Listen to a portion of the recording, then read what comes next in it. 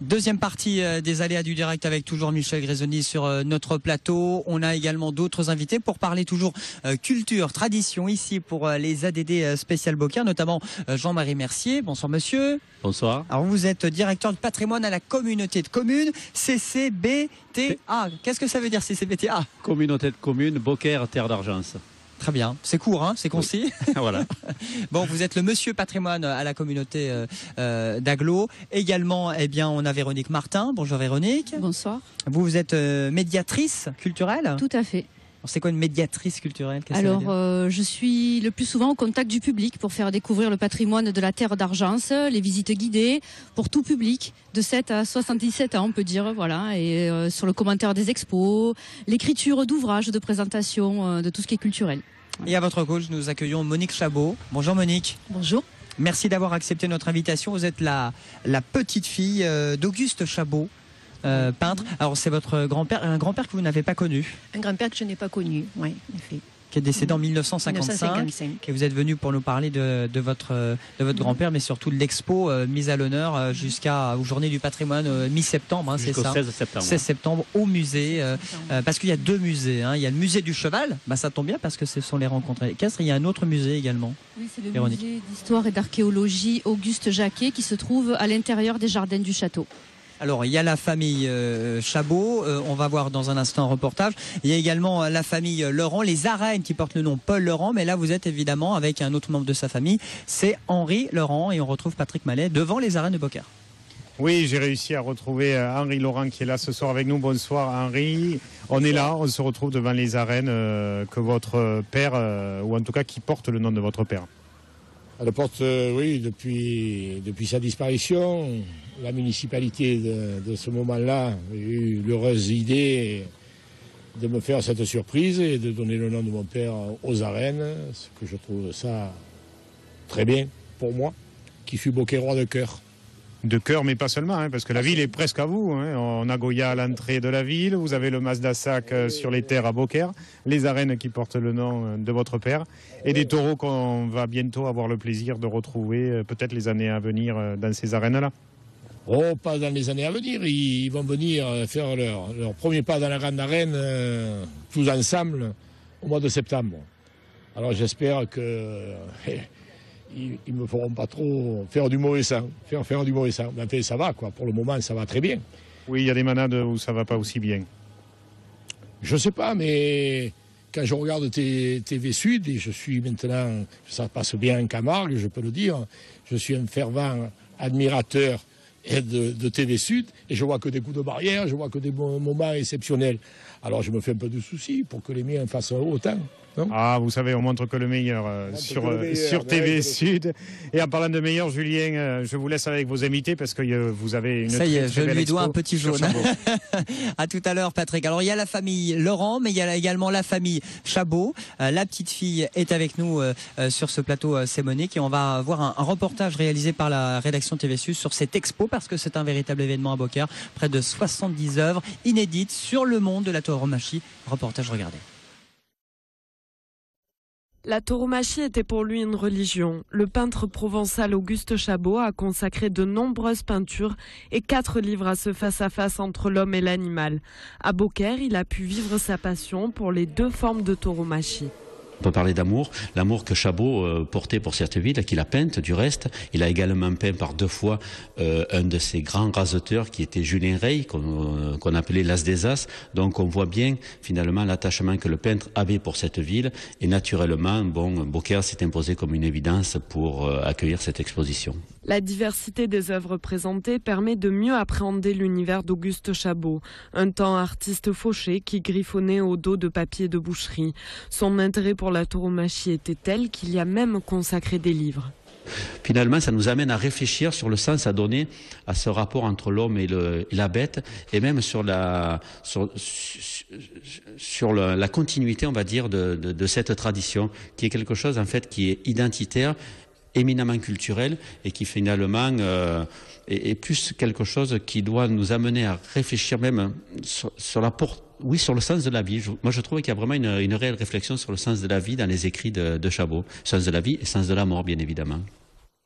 La richesse picturale du peintre ravira autant les amateurs d'art que les aficionados.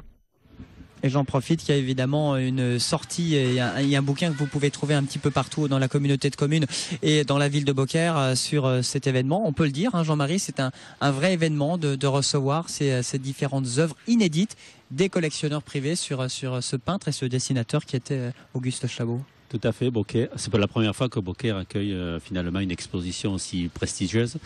Et c'est vrai que l'idée de consacrer justement une exposition à Chabot à Beaucaire, comme on le disait dans le reportage, s'est imposée comme une évidence parce que Chabot aimait Beaucaire et Chabot aimait venir à Beaucaire regarder l'homme défier le taureau.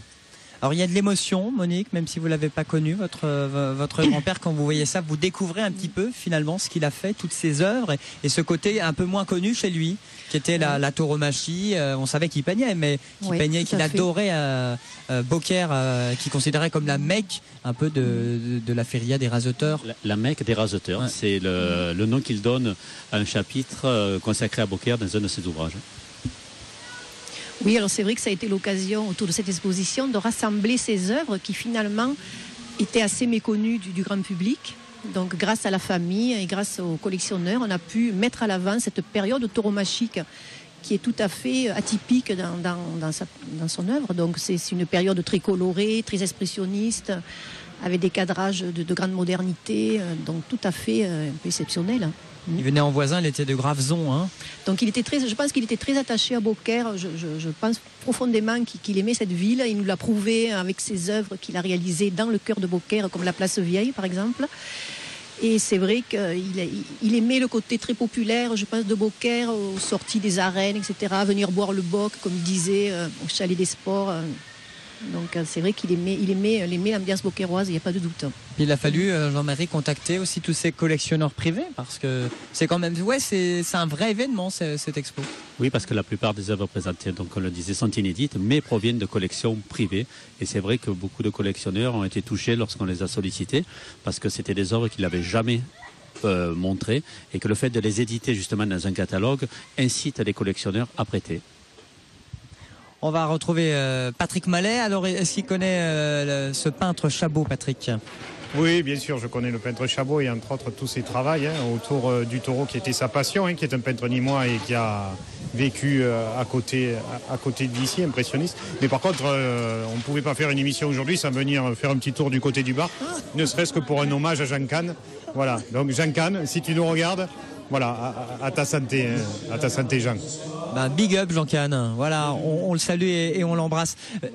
Avec modération, toujours. Véronique, alors on l'a dit, il y a 2 musées, il y a cette expo jusqu'au 16 septembre, je le rappelle, c'est 5,10 € l'entrée, mais gratuit pour les Beaucairois, les Beaucairoises et ceux de la communauté de communes de Beaucaire. Il y a 2 musées, le musée du cheval, ce musée-là pour l'expo. Il y a d'autres choses à Beaucaire qu'on peut faire, on peut visiter la ville, il y a le château aussi. Alors effectivement, sur toute la saison, on organise des visites guidées où le public peut découvrir à la fois Beaucaire au temps de la foire de la Madeleine, puisque Beaucaire au XVIIe et au XVIIIe siècle a connu une période très prospère et connue dans toute l'Europe. Donc on peut découvrir à cette occasion de magnifiques hôtels particuliers, l'hôtel de ville, l'église paroissiale Notre-Dame-des-Pommiers.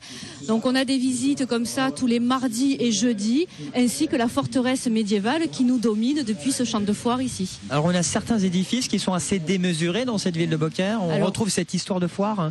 Complètement, puisque Beaucaire en temps de foire comptait à peu près 7 à 8 000 habitants et au mois de juillet chaque année on pouvait avoir ici entre 60 et 100 000 visiteurs par jour et il fallait donc des infrastructures nécessaires à l'accueil de tout ce public et de tous ces visiteurs. Donc l'hôtel de ville et l'église paroissiale Notre-Dame-des-Pommiers sont complètement démesurés pour un Beaucaire du XVIIe et XVIIIe siècle qui n'était en sorte qu'un gros village, on va dire, à cette époque-là. Voilà. Alors il y a des visites guidées du château, de la ville, et il y a des visites théâtralisées également avec Michel Grisonnet. Apporter un petit plus. C'est pas toujours avec moi, mais en tout cas, oui, celle-ci, oui, sur Auguste Chabot. Donc toute l'équipe a voulu me faire monter une visite théâtralisée parce que, en fait, Auguste Chabot n'est pas seulement un peintre, un grand peintre. Il est aussi un auteur. il est aussi un philosophe, je dirais. Et donc c'est ça qui est intéressant dans toute son œuvre, parce que avec tout ce qu'il a produit, et Dieu sait si c'est énorme, on peut faire un spectacle. On peut raconter la vie d'Auguste Chabot. Et d'ailleurs, j'ai passé une grande matinée avec Monique Chabot, sa petite fille, qui m'a raconté des grands moments qu'elle connaissait de son histoire. Et on peut gravir toutes les périodes de peinture, toutes les périodes qu'a connues Auguste Chabot. Et c'est ça qui est intéressant, parce que nous, on ne va pas traiter que le taureau. Bien entendu, le taureau, c'est le thème de la visite et de l'exposition de Beaucaire. Mais il y a tellement de choses importantes dans la vie de Chabot qu'il faut, dans ce spectacle, eh bien, parler d'Auguste Chabot, du début jusqu'à la fin, et c'est ce qu'on va faire. Effectivement, avec Michel, on a l'habitude maintenant de travailler sur ce genre de spectacle. Et moi, j'invite fortement les visiteurs et les amoureux aussi de Chabot à venir nous voir le samedi 14 septembre à 15h30 au musée pour cette mise en scène du peintre et de l'exposition. C'est pendant les journées du patrimoine. Hein. Exactement. Et c'est à 2 jours de la fermeture de l'expo. Et oui, on fermera le Chabot. lundi qui suit. Ouais. Bon, vous êtes fier de votre communauté d'agglo, Jean-Marie, de tout ce qui s'y passe, parce que c'est vrai, on en a parlé depuis hier sur les rencontres équestres. Il y a les bocquets, il y a beaucoup de choses dans la communauté de communes, sur les bords du Rhône, sur le bord du canal ici à Beaucaire et dans l'agglo. C'est certain que le mois de juillet est un mois qui habituellement bouge beaucoup sur Beaucaire et dans ses environs, et c'est vrai que cette année plus que jamais, parce que vraiment, comme on le disait, il y a les rencontres équestres, il y a le festival du cinéma, beaucoup de choses en fait se préparent. Se font et se préparent sur Beaucaire et sur le territoire, et tout ça pour le bien finalement du public, des touristes, et pour le bien aussi de notre communauté, voilà, de notre territoire. Sans oublier, à conclusion, Véronique, le château médiéval qui a toujours un véritable succès. Quand on dit Beaucaire, on dit château surtout. Alors c'est vrai que c'est un monument incontournable puisqu'on le voit de très loin quand on arrive à Beaucaire. Et d'ailleurs tous les mercredis de l'été, eh bien, on reçoit le public dans l'enceinte de ce château médiéval, au pied même du donjon, pour des animations où les enfants peuvent tirer à l'arbalète, où on peut s'initier à l'art du combat et visualiser quelques scénettes sur le ton de l'humour, rappelant les histoires médiévales. Eh bien, rendez-vous sur le site de Beaucaire et sur la communauté de communes pour vivre tous ces événements. La plupart des événements sont gratuits. On remercie tous nos invités. Merci beaucoup Monique Chabot, merci Véronique et Michel et Jean-Marie également. On va s'initier nous à la musique et à la danse provençale dans un instant, vous allez voir, avec Patrick Mallet qui va reprendre ma place, parce que tout ce qui est taureau, j'y connais moins. Je connais un peu plus la danse. À tout de suite après la pub que voici.